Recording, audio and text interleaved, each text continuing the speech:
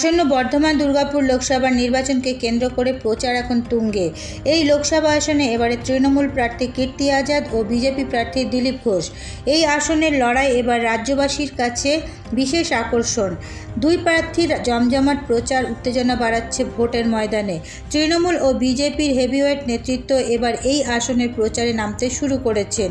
আগামীকাল দুর্গাপুর ইস্পাতনগরীর বিজন অঞ্চলের তিলক ময়দানে বিজেপি প্রার্থী দিলীপ ঘোষের সমর্থনে সভা করতে আসছেন দেশের স্বরাষ্ট্রমন্ত্রী অমিত শাহ। তার আগেই আজ অর্থাৎ রবিবার বিকেলে পানাগড়ে তৃণমূল কংগ্রেস প্রার্থী কীর্তি আজাদের সমর্থনে রাজ্যের মুখ্যমন্ত্রী তথা তৃণমূল কংগ্রেস সুপ্রিমো করলেন রোড শো। এদিন বর্ধমান শহরে তৃণমূল প্রার্থীর সমর্থনে রোড শো শেষ করে দুর্গাপুরে ফেরার পথে পানাগড়ে পৌঁছে পানাগড় বাজারে চৌমাথা মোড়ে নেমে রোড শো শুরু করেন মুখ্যমন্ত্রী মমতা বন্দ্যোপাধ্যায়। প্রায় এদিন 650 মিটার রাস্তা তিনি পায়ে হাঁটলেন। এদিন মমতা বন্দ্যোপাধ্যায়ের রোড শোকে কেন্দ্র করে সাধারণ মানুষের উপস্থিতি ছিল চোখে পড়ার মতো। বলা যায় এখনও ভারতের একমাত্র মহিলা মুখ্যমন্ত্রী মমতা বন্দ্যোপাধ্যায়ের জনপ্রিয়তা অটুট। এই নিয়ে কাকসার তৃণমূল নেতারা বলেন,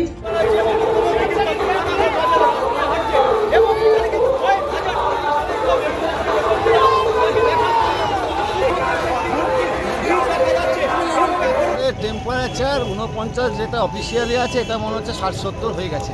এত মানুষের জনসমাগম, মানুষের যে উচ্ছ্বাস, মানুষের যে আশা আকাঙ্ক্ষা, বাংলার মানুষের মমতা বন্দ্যোপাধ্যায়ের প্রতি যে বিশ্বাস, এবং মমতা বন্দ্যোপাধ্যায় প্রমাণ করে দিয়েছে যে মমতা বন্দ্যোপাধ্যায় বাংলার 10 কোটি মানুষের মুখ্যমন্ত্রী, বাংলার মানুষের তিনি গার্জিয়ান।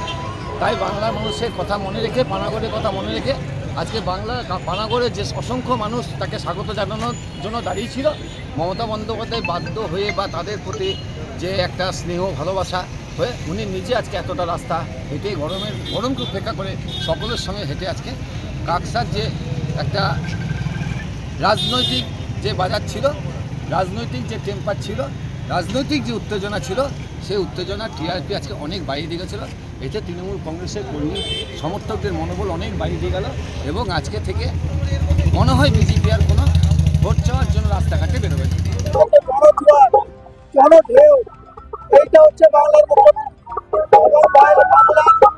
নারী এবং বাংলার বাদিনী সারা বিশ্বে জয় করছেন। আজকে তার প্রমাণ দেখছেন আপনি পাড়ায়। এই উচ্ছ্বাস মানুষের উচ্ছ্বাস, এই উচ্ছ্বাস লক্ষ্মীর ভান্ডারের উচ্ছ্বাস, এই উচ্ছ্বাস নারী শক্তির উচ্ছ্বাস, এই উচ্ছ্বাস বাংলার মর্যাদার উচ্ছ্বাস, এই উচ্ছ্বাস বাংলার বঞ্চনার উচ্ছ্বাস। এইটা হচ্ছে আমাদের বাংলার। বলছি, এই গরমে কি মুখ্যমন্ত্রী আপনাদেরকে নির্বাচনের জন্য কিছু প্রপোজ দিয়ে যাচ্ছেন? আমরা নির্বাচনের জন্য সম্পূর্ণভাবে প্রস্তুত আছি। দিদি আমাদেরকে আগে প্রস্তুতি দিয়েছে। আমরা কর্মীরা সব জায়গা আছি, মোটামুটি শূন্য করে দেবো আমরা পশ্চিমবাংলায় 42-42। এরপর নজর রাখুন আমাদের পরবর্তী খবরে।